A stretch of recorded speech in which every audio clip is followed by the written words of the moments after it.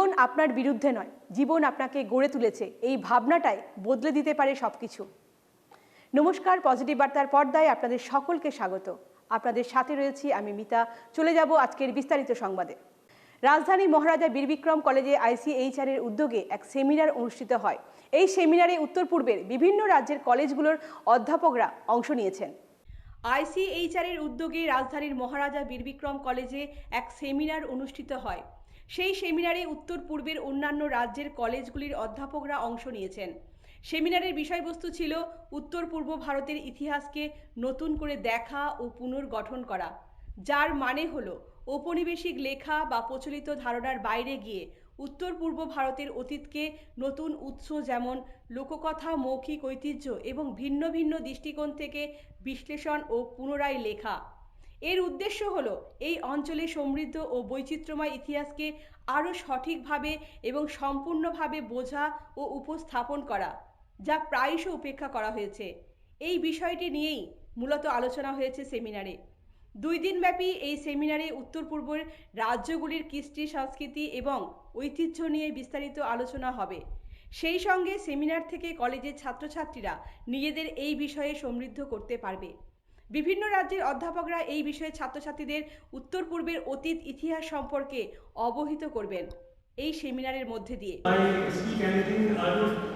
Like to inform that apart from being an assistant director in ICHR, I am also a controlling officer of Northeast Regional Center, Guwahati of Indian Council of Historical Research, and where as in the welcome address, Shri Paresh Devnathji has mentioned that ICHR has this common duty that it is one of its principles to extend the scientific research as well as research in the areas which have been neglected so far. And when we talk about Northeast especially, it is very important area which require a lot of research to be undertaken. Already we have two big major projects undergoing in the Northeast Region Center, Guwahati. One is documentation of cultural heritage and setting up of museum corners with National Museum Institute. And also we have another separate ICHR special project on collection or documentation of archival sources. Apart from that, this is my bonding duty that I, as an officer there in ICHR, explain different schemes. And because there are not many people to speak after me, so I will not go into details, but I would prefer they should have been in separate session where I would explain about various schemes that we have been offering, which is useful to the faculty members here as well as the scholars, whom I would insist that they pursue the higher education and especially their masters and PhD, so that they can undertake the research in northeastern history especially. Now, because the title of the seminar itself speaks about revisiting and reconstructing the history. So we know that when we talk about revisiting and reconstructing, it is somehow similar to the historiography. Because what we are speaking, we are revisiting, reconstructing, but ultimately we are writing history. And historiography itself is the history of writing history. So when we talk about historiography, it deals with the writing of the history, focusing on the methods, the theories, and also the sources. It also look into the perspective, the biases that historians undergo while writing history. And also reflect the fact that the writing of history is not something a fixed narrative, it is a perpetual or the continuous dialogue with the past, that as we understand it, and it should not go out of context. So we have to contextualize the history while writing it. Bureau Report, Positive Barta. Tripura film and television ইনস্টিটিউটের pass out ছাত্রছাত্রীদের credit artist certificate প্রদান অনুষ্ঠানে রাজধানীতে অনুষ্ঠিত হয়। রবীন্দ্র শতবার্ষিকী ভবনে হয়েছে এই অনুষ্ঠান। উপস্থিত ছিলেন মুখ্যমন্ত্রী doctor Manik Saha. Tripura film and television ইনস্টিটিউটের পাস আউট ছাত্রছাত্রীদের ক্রেডিট আর্টিস্ট সার্টিফিকেট প্রদান অনুষ্ঠান শুক্রবার রাজধানীতে অনুষ্ঠিত হয়। রবীন্দ্র শতবার্ষিকী ভবনে হয়েছে এই অনুষ্ঠান। উপস্থিত ছিলেন মুখ্যমন্ত্রী ডক্টর মানিক সাহা, পর্যটন মন্ত্রী সুশান্ত চৌধুরী, কলকাতার সত্যজিৎ রায় ফিল্ম ইন্ডাস্ট্রির উপাচার্য সমীরণ দত্ত, তথ্য সংস্কৃতি দপ্তরের সচিব PK চক্রবর্তী, দপ্তরের অধিকর্তা বিম্বিসার ভট্টাচার্য প্রমুখ। শংসাপত্র প্রদান অনুষ্ঠানে বক্তব্য রাখতে গিয়ে মুখ্যমন্ত্রী ডক্টর মানিক সাহা বলেন, ত্রিপুরায় এই ধরনের ফিল্ম অ্যান্ড টেলিভিশন ইনস্টিটিউট হবে তা রাজ্যের মানুষ ভাবতেই পারেননি, কিন্তু এই কাজেও সফলতা এসেছে। এই ইনস্টিটিউট থেকে পাস করে ইতিমধ্যেই একটি বেচ বের হয়ে গেল। এটা রাজ্যের কৃষ্টি সংস্কৃতির বিকাশে একটা বড় ধাপ। মুখ্যমন্ত্রী বলেন, ফিল্ম অ্যান্ড টেলিভিশন ইনস্টিটিউট করার জন্য রাজ্য সরকার ইতিমধ্যেই 50 একর জমি চিহ্নিত করেছে। যদি প্রয়োজন হয় আরও বেশি জায়গা প্রদান করা হবে। রাজ্য সরকারের পক্ষ থেকে যা কিছু করার তা সবই করা হবে। অনুষ্ঠানে বক্তব্য রাখতে গিয়ে পর্যটন মন্ত্রী সুশান্ত চৌধুরী বলেন, যারা আজ অনুষ্ঠানের মধ্য দিয়ে শংসাপত্র পেয়েছেন তারা যেন বসে না থাকেন, তারা যাতে ছোট ছোট ফিল্ম তৈরি করেন।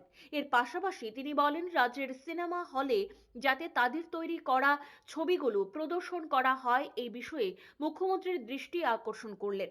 তাতে করে রাজ্যের যুবক যুবতীরা এই শিল্পের প্রতি আকৃষ্ট হবেন, সেই সঙ্গে তাদের মধ্যেও ফিল্ম তৈরি করার আগ্রহ দেখা দেবে।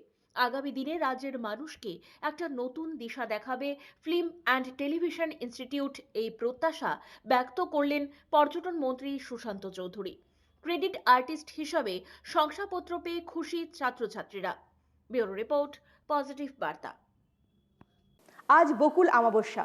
দিনটি হিন্দু ধর্মাবলম্বীদের জন্য অত্যন্ত প্রাসঙ্গিক। এই দিনটি পিতৃপূজা ও তর্পণের জন্য অত্যন্ত গুরুত্বপূর্ণ।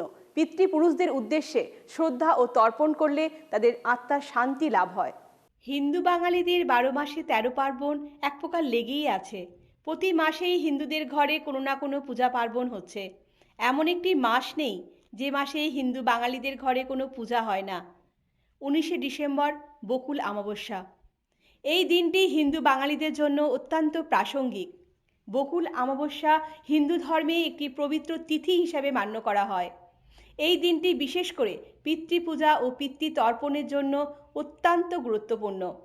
হিন্দুদের বিশ্বাস, বকুল আমাবস্যার দিনে পিতৃপুরুষদের উদ্দেশ্যে শ্রদ্ধা ও তর্পণ করলে তাদের আত্মার শান্তি লাভ হয়। পরিবারের ওপর পিতৃপুরুষদের আশীর্বাদ বর্ষিত হয়। এই দিনে অনেকেই গঙ্গা বা পবিত্র নদীতে স্নান, দান, ধ্যান এবং ব্রাহ্মণ ভোজন করেন। বকুল গাছের বিশেষ মাহাত্ম্য রয়েছে। বকুল ফুল শুদ্ধতা ও পবিত্রতার প্রতীক। তাই এই দিনে বকুল ফুল দিয়ে দেবতার পূজা করলে সংসারে শান্তি, সমৃদ্ধি ও মঙ্গল আসে বলে বিশ্বাস। বকুল অমাবস্যায় সৎকর্ম ও দান করলে পাপ ক্ষয় হয় এবং জীবনে শুভ শক্তির প্রভাব বৃদ্ধি পায়। এই দিনটি আত্মশুদ্ধি, কৃতজ্ঞতা ও পিতৃ স্মরণের এক গুরুত্বপূর্ণ উপলক্ষ। এই বিশেষ দিনে ইষ্ট দেবতার কাছে প্রার্থনা করলে তিনি ভক্তের আশা আকাঙ্ক্ষা পূর্ণ করেন। এই বিশেষ দিনে অনেকে কালী মায়ের পূজার্চনাও করে থাকেন। পরিবারের লোকেদের সুখ শান্তি কামনার জন্য এই দিনটিতে পূজা পাঠ করেন হিন্দু ধর্মের লোকেরা। ব্যুরো রিপোর্ট, পজিটিভ বার্তা। ব্যতিক্রমী আবহাওয়া বইছে ত্রিপুরায়। দিনে গরম, রাতে শীত। দুপুর হতেই প্রখর রোদ, আর তখন গরমের অনুভূতি। সন্ধ্যা ঘনিয়ে আসতেই শীতের কামড়। এই দুইয়ের মেলবন্ধনই এখন ত্রিপুরার আবহাওয়া। এই দোলাচলে মানুষের জীবনযাত্রার মধ্যেও এক অদ্ভুত পরিবর্তন লক্ষ্য করা যায়। ঋতু 6টি, এর মধ্যে একটা অন্যতম ঋতু হলো শীত। এই শীত কারোর জন্য সুখের, আবার কারোর জন্য দুঃখের হয়ে থাকে। কেউ শীত উপভোগ করেন নানাভাবে, আবার কেউ শীতে কষ্ট পেয়ে থাকেন। সব মিলিয়ে শীত মানুষের কাছে উপভোগ্য হয়ে উঠেছে। গত কিছুদিন ধরেই রাজ্যে অদ্ভুত এবং ব্যতিক্রমী আবহাওয়া বইছে। দিনে গরম আর রাতে শীত বেশি অনুভূত হচ্ছে। শুক্রবার দিনে সর্বোচ্চ তাপমাত্রা ছিল 26 ডিগ্রি সেলসিয়াস আর সর্বনিম্ন তাপমাত্রা ছিল 13 ডিগ্রি সেলসিয়াস। আকাশে হালকা মেঘ ছিল, তবে বৃষ্টির কোনো সম্ভাবনা আপাতত নেই। উত্তরে হাওয়ার গতি ছিল 4 থেকে 7 কিলোমিটার প্রতি ঘন্টা। দিনে বাতাসে আপেক্ষিক আর্দ্রতা ছিল সর্বোচ্চ 61%, সর্বনিম্ন 45%। সন্ধ্যায় দমকা হাওয়া বইতে পারে 18 কিলোমিটার প্রতি ঘন্টায়। রাতে দমকা হাওয়ার গতি আরও বাড়বে। আকাশে হালকা মেঘ রয়েছে। দিনে প্রখর রোদ প্রত্যক্ষ করা যায়। রাতে হালকা কুয়াশা থাকবে আকাশে। তবে রাত যত গভীর হবে তত বেশি শীত অনুভূত হবে। দিনের শীতের অনুভূতি কিছুটা হ্রাস পেয়েছে, আবার গভীর রাতে শীত বেশি অনুভূত হচ্ছে। শনিবার দিনে সর্বোচ্চ তাপমাত্রা থাকতে পারে 27 ডিগ্রি সেলসিয়াস আর সর্বনিম্ন তাপমাত্রা থাকবে 14 ডিগ্রি সেলসিয়াস। আকাশে কিছুটা মেঘ থাকলেও রাতের আকাশ পরিষ্কার থাকবে। জানুয়ারি মাসের প্রথম দিকে রাজ্যে শীতের দাপট বাড়বে বলে জানিয়েছে আগরতলা বিমানবন্দরস্থিত আবহাওয়া দপ্তর। এবছর রাজ্যে শীতের দাপট অনেকটাই বাড়বে। গত বছরের তুলনায় এবছর শীত বেশি অনুভূত হবে রাজ্যে। সর্বনিম্ন তাপমাত্রা 11 থেকে 13 ডিগ্রি সেলসিয়াসের ঘরে থাকবে বলে জানিয়েছেন আবহাওয়া দপ্তর। এদিকে শীত শুরু হতেই সুদূর নাইজেরিয়ান থেকে ঝাঁকে ঝাঁকে আসে যাযাবর পাখি।